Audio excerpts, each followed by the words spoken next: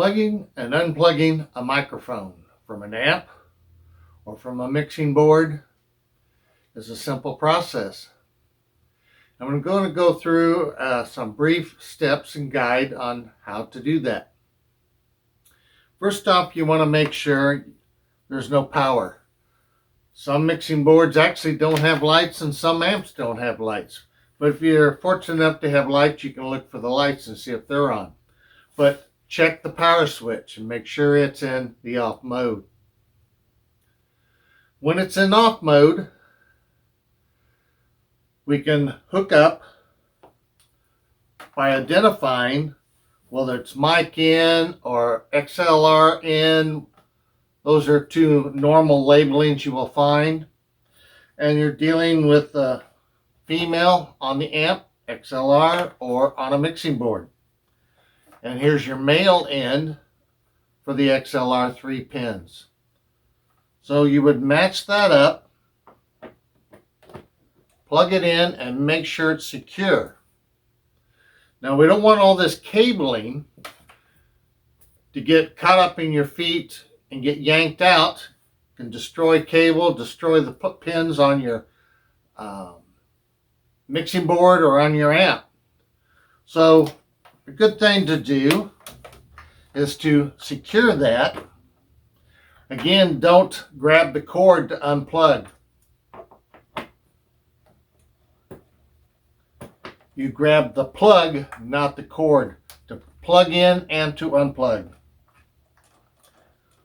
So we're going to secure this by, since this here we've got a handle, because when this is to roll along you don't have to carry it. Going to wrap that around there. This is going to make sure you got enough length. Match up your pins. Make sure you got a secure plug-in. Now there's no way to get tripped up and yank that out and break that cable, or mess up the pins on your wire, or your amp, or your mixing board. Then our other end. It is an XLR female. Pins go into it. Your microphone. You match those up and make sure you got a secure plug in.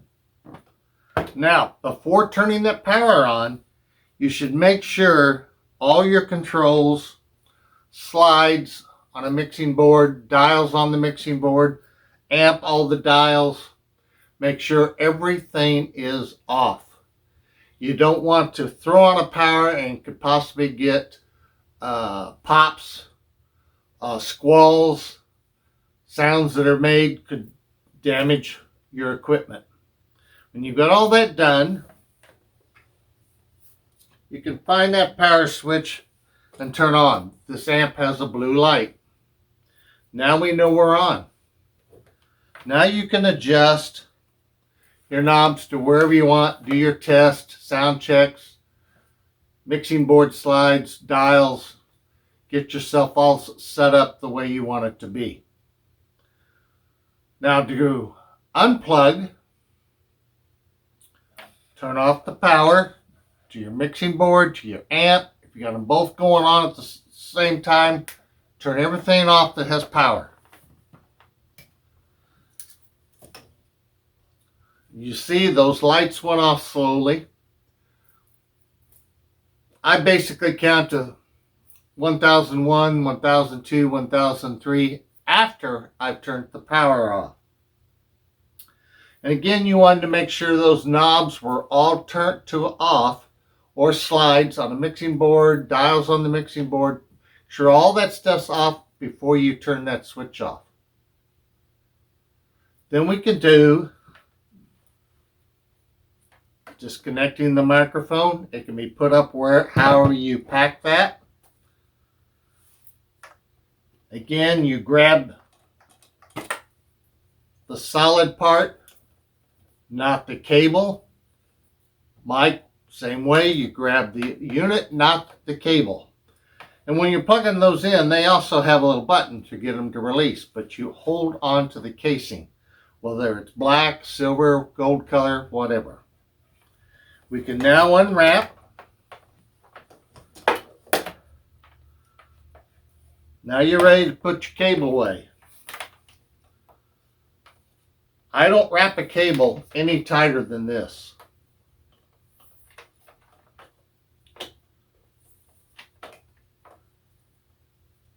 And when you're doing this, you're going to feel that the cable has a tendency to fight you. You want to work with it. You don't want it to be all twisted up. You want it to be relaxed as much as you can get it to be relaxed.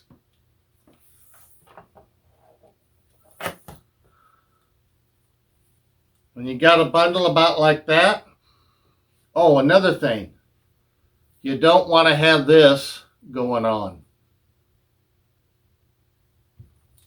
Prevent that. The Velcro strapping that you can buy in specific lengths, or you can cut it, buy a roll and you cut it off where it sticks to itself. Makes a nice wrap. My longer cables, I even put one around the other end. So you've got it bundled like this.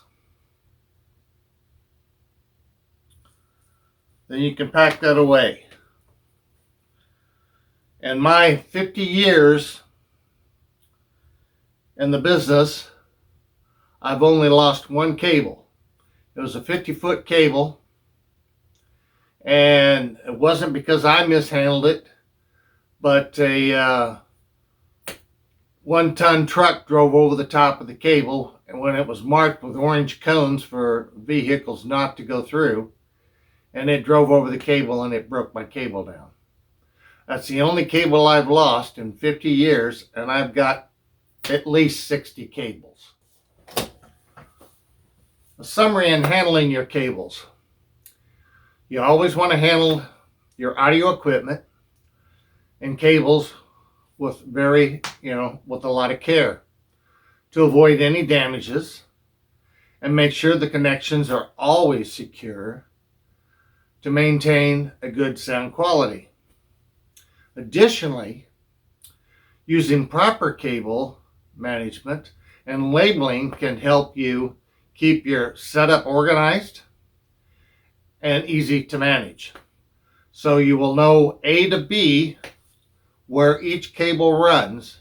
If you label them different colors, tags with the names, this is mic, this is guitar, mic 2, whatever. Those are just some good little tips. And to follow this is the written out 2 pages of you can read at the end of this video with the same information for the final summary on it. I hope this helps. Enjoy recording, enjoy playing, whatever you're doing with microphones. Have fun.